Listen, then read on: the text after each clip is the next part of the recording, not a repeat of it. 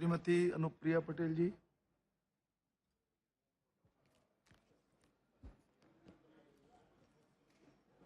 धन्यवाद सभापति महोदय।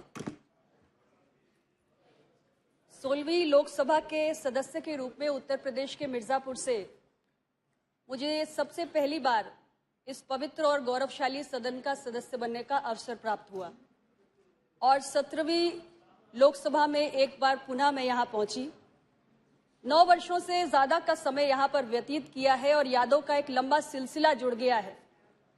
और अतीत की चंद यादें ऐसी होती हैं जिनसे कभी हमारा नाता नहीं टूटता। अध्यक्ष जी, आज इस पुराने संसद भवन में हम सभी साथियों का अंतिम दिन है और हम सभी के लिए ये भावुक कर देने वाला क्षण है। ये पुरानी संसद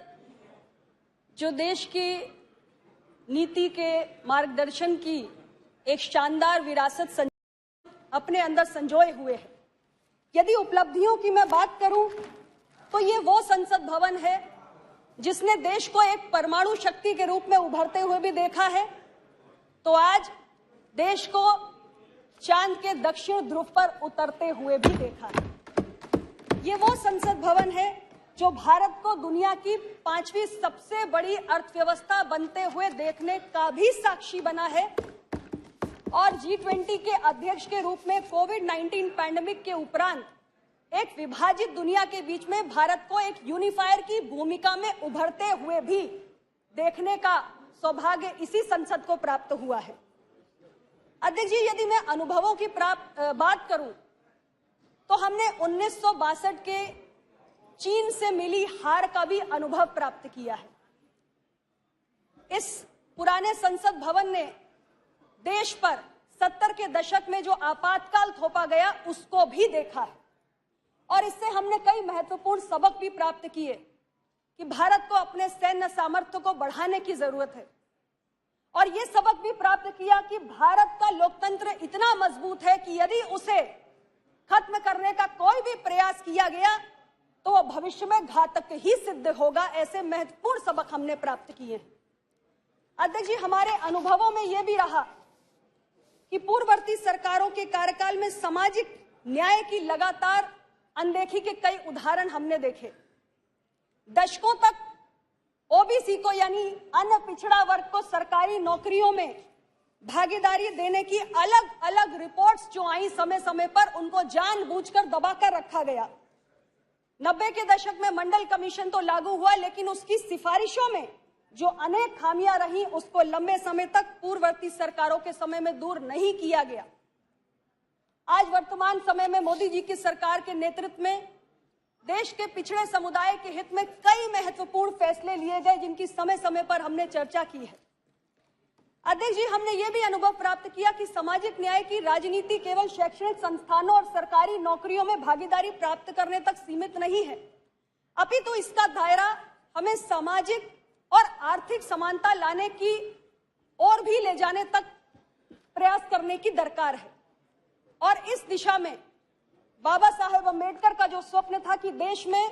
सही मायनों में लोकतंत्र पूरा तब होगा जब सामाजिक और आर्थिक लोकतंत्र की स्थापना हो और इस असमानता को दूर करने के प्रयास सरकारों द्वारा किए जाएं,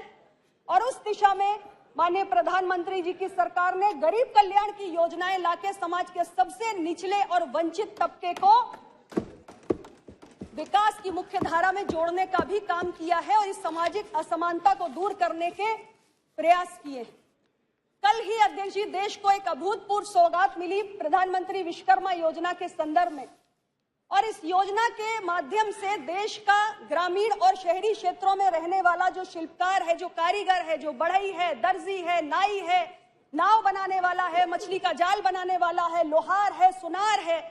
ऐसे तमाम जो निचले तबके पे हमारे हाथ और औजार से काम करने वाले शिल्पकार और कारीगर होते हैं, उनके जीवन में एक महत्वपूर्ण बदलाव आने जा रहा है। अध्यक्ष जी, सामाजिक